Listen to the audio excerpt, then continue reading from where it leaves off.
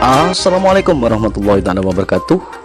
Rekan-rekan guru honorer seluruh Indonesia, selamat jumpa, selamat suah kembali bersama kami. Setuju tentunya rekan-rekan sekalian.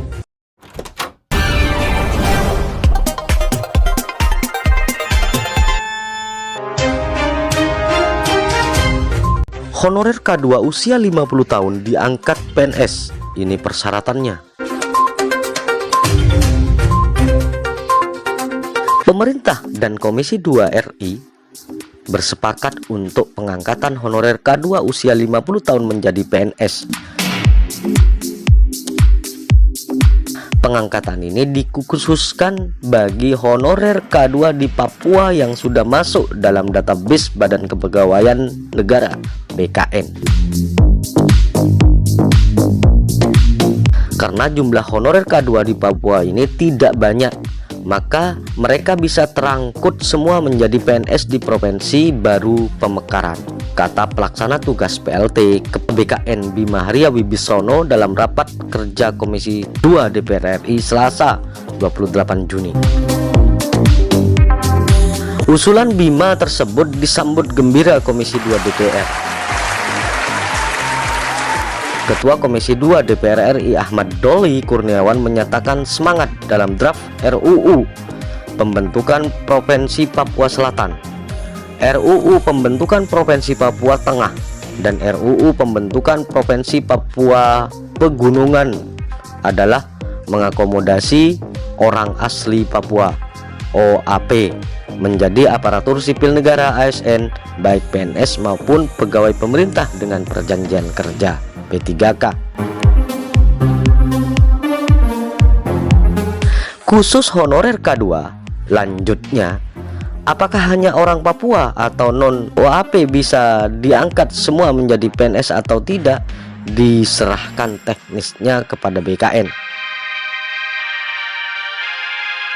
Bima mengungkapkan honorer K2 di Papua terdiri atas OAP atau non-OAP, namun karena jumlah honorer K2 di Papua tidak banyak, maka akan diangkat seluruhnya.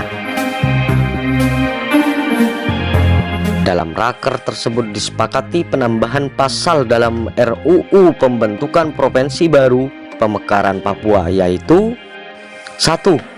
Ketentuan mengenai penataan ASN di 3 provinsi baru hasil pemekaran Provinsi Papua diatur dengan Peraturan Menteri Pendayagunaan Aparatur Negara dan Reformasi Birokrasi Menpan RB dengan ketentuan khusus sebagai bentuk afirmasi.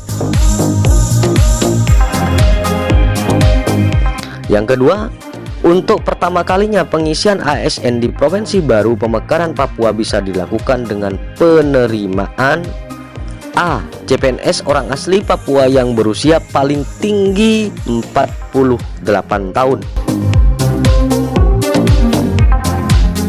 B. Pegawai honorer asli Papua yang terdaftar sebagai honorer K2 di BKN menjadi CPNS yang berusia paling tinggi 50 tahun. C. P3K. Jadi, ini ketentuan usia hanya pertama kali. Bisa juga diberikan waktu 5 tahun. Setelah itu sesuai peraturan perundang-undangan yang berlaku, tegas Bima. Baik rekan-rekan sekalian, terutama rekan-rekan honorer di wilayah timur, tepatnya di Papua, calon provinsi baru, rekan-rekan sekalian, patut kita apresiasi juga di sana ada kebijakan khusus dari pemerintah pusat tentang rekrutmen tenaga honorer K2 menjadi PNS. Ini terkait juga otonomi khusus rekan-rekan sekalian. Selamat buat rekan-rekan honorer K2 di Papua. Saya akhiri, wassalamualaikum warahmatullahi wabarakatuh.